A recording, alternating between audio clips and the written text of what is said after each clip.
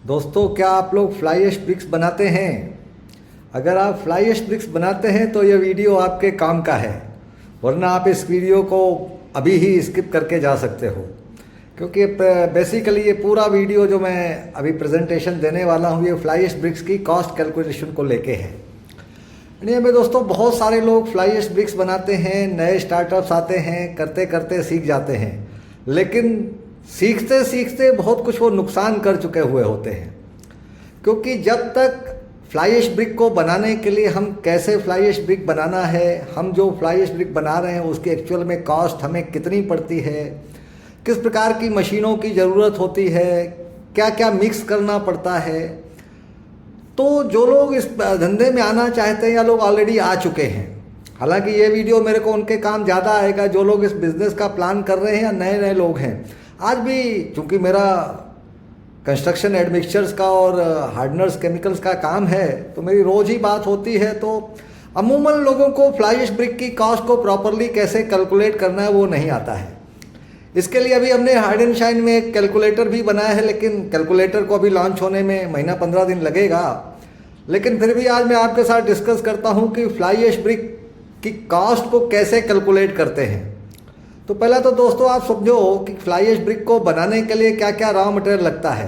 तो मैं सीधे आपको कॉस्ट कैलकुलेटर पे लेके चलता हूँ ताकि आप लोग देख सको कि वास्तव में अभी आप जो कॉस्ट कैलकुलेट कर रहे हो कैसे करते हो और कैसे बेचते हो, इसका आपको अंदाज़ा लगेगा। तो मैं आपको ले चलता हूँ स्क्रीन पे। आप देखिए एक मेरा जो फ्लाई ऐश ब्रिक का कैलकुलेटर है, ये जो मैंने डिज़ाइन किया है, तो आप इसको देखिए, ये इस तरीके का एक कैलकुलेटर है। Fly ash brick cost calculator आप देख सकते हो, इसमें लिखा हुआ है, ठीक है, प्रोडक्शन कॉस्ट को निकालने के लिए। तो सबसे पहले क्या करते हैं, जब हम लोग फ्लाई ऐश ब्रिक की कॉस्ट को कैलकुलेट करते हैं तो सबसे पहले हमें डिसाइड करना है कि हम उसमें कितना रॉ मटेरियल का बैच बनाने वाले हैं। आपके पास एक पैन मिक्सचर होता है ना जो मशीन के प्रेस के पीछे होता है, तो पहले तय करना है कि हमको उसमें टोटल कितना माल डालना है। तो ये देखिए कॉस्ट कैलकुलेटर के सेक्शन में है, हमने यहाँ पे ये डिपेंड करता है कि आपके पैन मिक्सचर की कैपेसिटी कितनी है। तो पैन मिक्सचर की कैपेसिटी पे डिपेंड करता है, किसी का 300 केजी का होता है, किसी का 400 केजी का होता है, किसी का 500 केजी का होता है। कोई कस्टम साइज कोई बड़ा है तो आप उसमें डाल सकते हो। तो अभी मान लीजिए मैंने ये 500 केजी का बैच सेलेक्ट किया। आप देखें यहाँ पे टोटल ड्राई मिक्स पर बैच।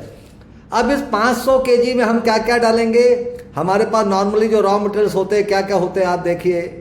या हमारे पास एक तो सीमेंट होती है। अब सीमेंट में भी आप देखो OPC 43 ग्रेड होती है, 53 ग्रेड होती है और PPC सीमेंट होती है, ठीक। इसके अलावा कई जगहों पे रिवर सैंड सस्ती मिलती है तो लोग रिवर सैंड डालते हैं। जहाँ पे रिवर सैंड सस्ती नहीं मिलती या अवेलेबल नहीं होती, क्योंकि रिवर सैंड की अब सैंड माइनिंग पे बहुत सारा बैन है और बहुत कम उपलब्ध होती है, बहुत महंगी मिलती है, तो लोग क्रशर की डस्ट डालते हैं, तो उसको स्टोन डस्ट बोलते हैं। तो ये डस्ट हो गया। अब फ्लाई ऐश भी दो तरीके की मिलती है। एक फ्लाई ऐश जो साइलो से निकलती है, एकदम ड्राई पाउडर में आती है, आपने देखा होगा, तो उसको फ्लाई ऐश बोलते हैं, वो अवेलेबल होता है। और एक पाउंड ऐश होती है। जब फ्लाई ऐश पावर प्लांट में बहुत अबंडेंट क्वांटिटी में हो जाती है तो उसको पाउंड में डाल देते हैं, बांधों में डाल दिया जाता है, फिर उसको निकाल के किनारे पर ला के, वो भी ब्रिक्स वालों को यूज़ होते हैं, तो पाउंड ऐश बोलते हैं।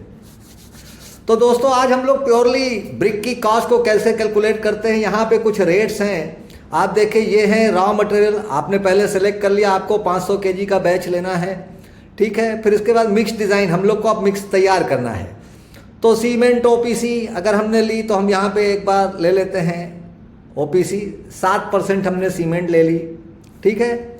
तो सीमेंट नॉर्मली आप देखिए 350 रुपये का बैग होता है, तो 350 रुपये का 50 किलो का बैग होता है, तो 7 रुपीज़ केजी हुआ। 100 किलो सीमेंट 700 की, यानी 700 रुपये किलो। तो हमने ये 7 रुपये इसकी सीमेंट की कॉस्ट डाल दी। आप देखिए रिवर सैंड नॉर्मली 1 रुपये किलो पड़ती है। एक ट्राली 4000 रुपये करीब की आती है 100 CFT की, इससे ज़्यादा भी आती है, 6000 की भी आती है।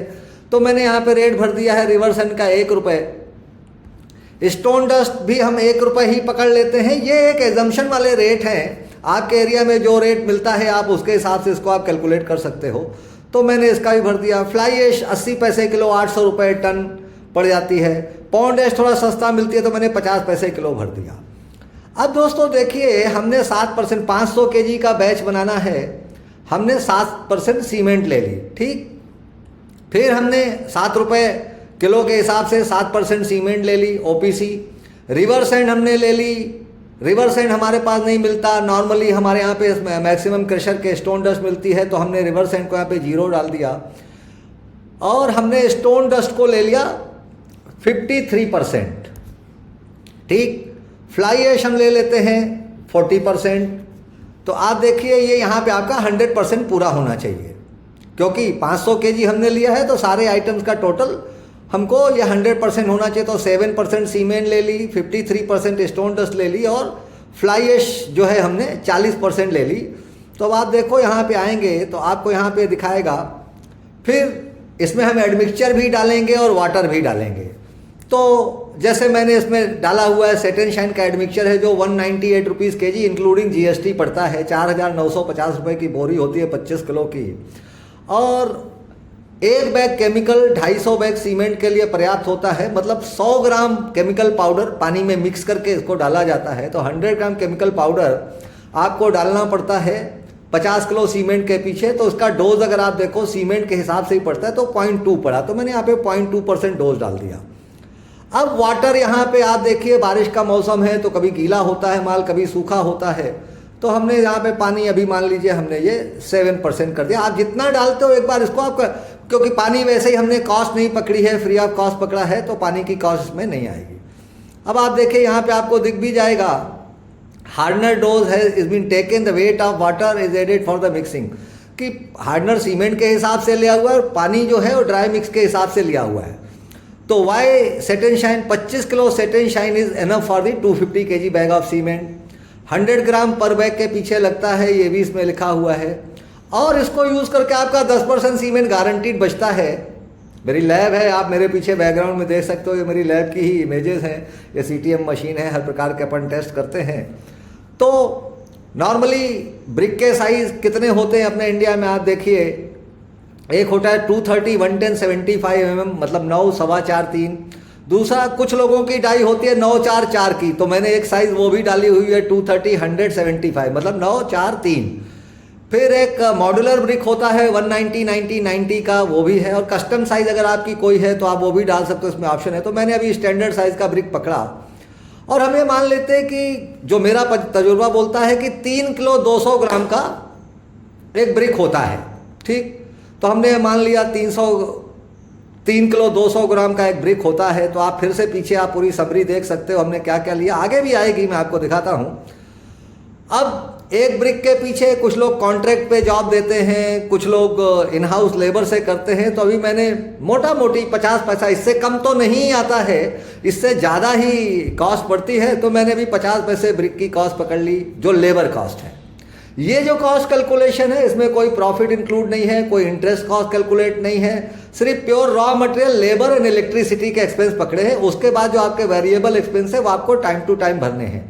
मेरा बेसिक उद्देश्य है इसके माध्यम से आपको सिखाऊं कि ब्रिक की कॉस्ट कैसे कैलकुलेट होती है, क्योंकि जब तक आपको पता नहीं होगा आपका प्रोडक्शन कॉस्ट क्या है, क्योंकि इसके बाद भी खर्चे मैं आगे आपको एक्सप्लेन करता हूं।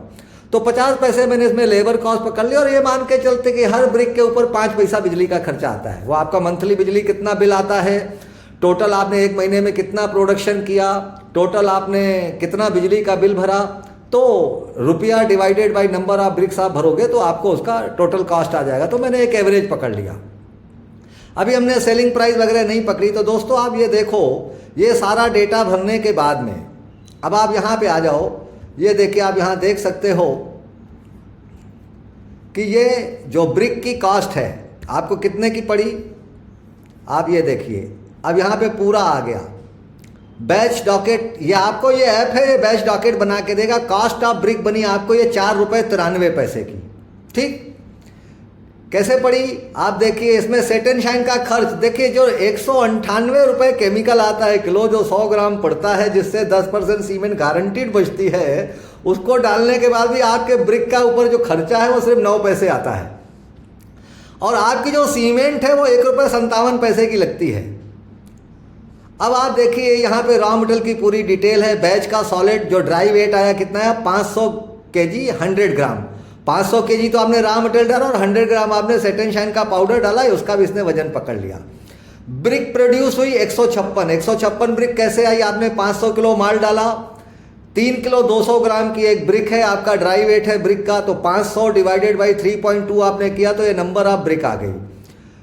तो 1000 ब्रिक की जो कॉस्ट है वो कितनी आ गई, ये आप देख लीजिए। यहाँ पे पूरा बाइफर्केशन है। आपने सीमेंट डाली 7%, तो आपको ये देखिए 235 किलो आपने सीमेंट डाली 7% के हिसाब से। आप यहाँ देख सकते हो, आप ही ने यहाँ पे किया हुआ है सारा। 7% आपने सीमेंट डाली तो 35 किलो सीमेंट हो गई। 7 रुपये किलो सीमेंट है तो 245 रुपये की, आप ये देख सकते हो।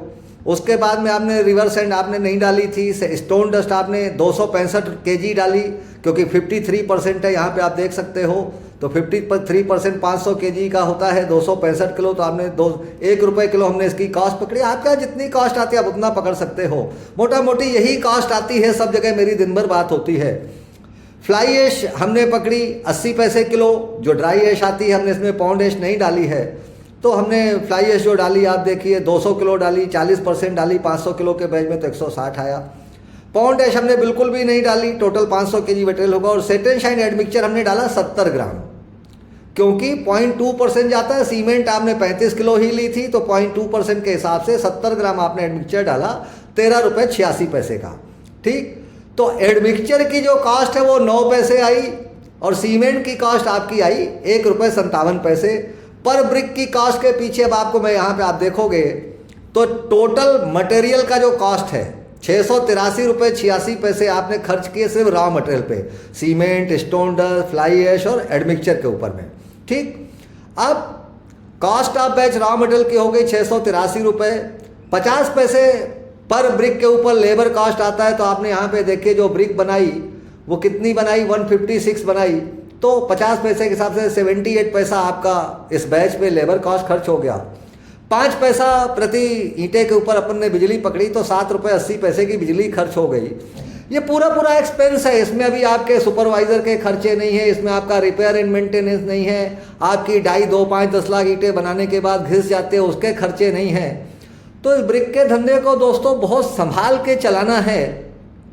तो आप देखो मैंने बिल्कुल पिन टू पिन कॉस्ट पकड़ी है। एवरेज इंडिया में सब जगह इसी प्रकार से रॉ मटेरियल आते हैं। ये जो 4 रुपये 93 पैसे है, ये आपकी ब्रिक की कॉस्ट आती है। अब आप बेचते कितने में हो, और अभी तो इसमें आपका प्रॉफिट नहीं जुड़ा हुआ है, अभी आपका इसमें रिपेयर एंड मेंटेनेंस का खर्चा नहीं जुड़ा हुआ है, अभी आपके सुपरवाइजर का खर्चा नहीं जुड़ा हुआ है। और आप बाजार में जाओगे तो कोई 4 रुपये में ईंटा बेच रहा है, कोई 3.5 रुपये में ईंटा बेच रहा है, कोई 5.5 रुपये में ईंटा बेच रहा है। कैसे बेचते हैं लोग? इसके लिए आपके पास इस तरीके का कैलकुलेशन आना आपको बहुत ज़रूरी है, क्योंकि आपको पता नहीं होगा तो आप दूसरे को देख के अगर अपना ईंटा बेचना चालू करोगे तो निश्चित आप नुकसान करने वाले हो। या फिर दूसरा कोई आदमी दे, आप देखिए आप 5, मैंने इसमें सीमेंट 7% ली है, अब 7% से कम क्या ही सीमेंट डालेंगे। अगर कोई आदमी 4% और 3% सीमेंट डाल के ईंटा बना के मार्केट में दे रहा है, तो आप सोचो वो किस क्वालिटी का ईंटा होगा। ये वीडियो आप अपने कस्टमर्स को भी दिखा सकते हो, और आपको तो इसको देखने को मिलेगा ही, इससे तो आपको फ़ायदा होने ही वाला है कि ब्रिक के धंधे में बहुत थिन मार्जिन होता है। जब आपको काम करना है तो इस तरीके से कॉस्ट कैलकुलेशन पूरी सीखनी है। और जिन लोगों को ये सेट एंड शाइन प्रीमियम का रेट सुन के बहुत वो लगता है कि 198 रुपये किलो पड़ जाता है, ये लगता ही कितना है आप सोचो। एक ब्रिक के ऊपर सिर्फ 0.09% कास्ट होती है, और अगर आप ये 6% से इसको आप 0.7% मतलब 7% सीमेंट को आप 6% ले आओ। मैंने अभी ये कॉस्ट कैलकुलेशन करके रखी हुई है, मैं आपको दिखाता हूँ। मैंने एक शीट बनाई है, ये देखिए आप यहाँ पे देख सकते हो। ये देखिए यहाँ पे मैंने ये वाला जो बनाया हुआ है, इसमें मैंने सेट एंड शाइन बिल्कुल भी नहीं लिया हुआ है, पर सीमेंट मैंने 7% लगी हुई है। यहाँ पे आप देखें सीमेंट ओपीसी 7%, और यहाँ पे भी सीमेंट 7%। यहाँ पे आपने देखे स्टोन डस्ट 53%, यहाँ भी 53%, यहाँ फ्लाई ऐश 40%, यहाँ भी फ्लाई ऐश 40%। यहाँ आप देखिए सेट एंड शाइन एडमिक्सचर 0% है, और यहाँ पे मैंने 0.2% लिया हुआ है। उसके बाद भी आप देखो, जब आप सेट एंड शाइन मिक्स करते हो जो 198 रुपीज़ kg आता है, उससे आपके ब्रिक में कितना फ़र्क पड़ा। जस्ट आप जब सेट एंड शाइन यूज़ नहीं करते हो तो आपकी ब्रिक 4.84 पैसे की बन रही थी, 4 रुपये 84 पैसे की बन रही थी। और जब आपने यहाँ पे इसको यूज़ किया तो 4 रुपये 93 पैसे के बने, 7 पैसे का खर्चा आया आपके एक ब्रिक के ऊपर। लेकिन इससे फ़ायदा क्या, अगर आपने यहीं पे ही इसी चीज़ को ये, क्योंकि हम 10% सीमेंट गारंटीड बोलते हैं, अगर आपने जो 8 पैसे हैं ये तो आप यहाँ पे ½ सीमेंट 7% की जगह 6.5% भी कर दोगे तो आपकी ये कॉस्ट बरोबर हो जाएगी और आपकी सेविंग होने लगेगी। लेकिन इससे जो आपके ब्रिक के कॉर्नर एजेस नहीं डैमेज होते हैं, ब्रिक का कोना किनारा नहीं टूटता, स्ट्रेंथ जल्दी आती है, स्ट्रेंथ ज़्यादा आती है, मशीन में माल चिपकता नहीं है, और उसकी कीमत कितनी है, सिर्फ 7 पैसे 8 पैसे। तो आपकी ओवरऑल कॉस्ट में बहुत ज़्यादा इम्पैक्ट नहीं पड़ता। ये केमिकल 200 रुपये नहीं 2000 रुपये किलो भी मिले तो।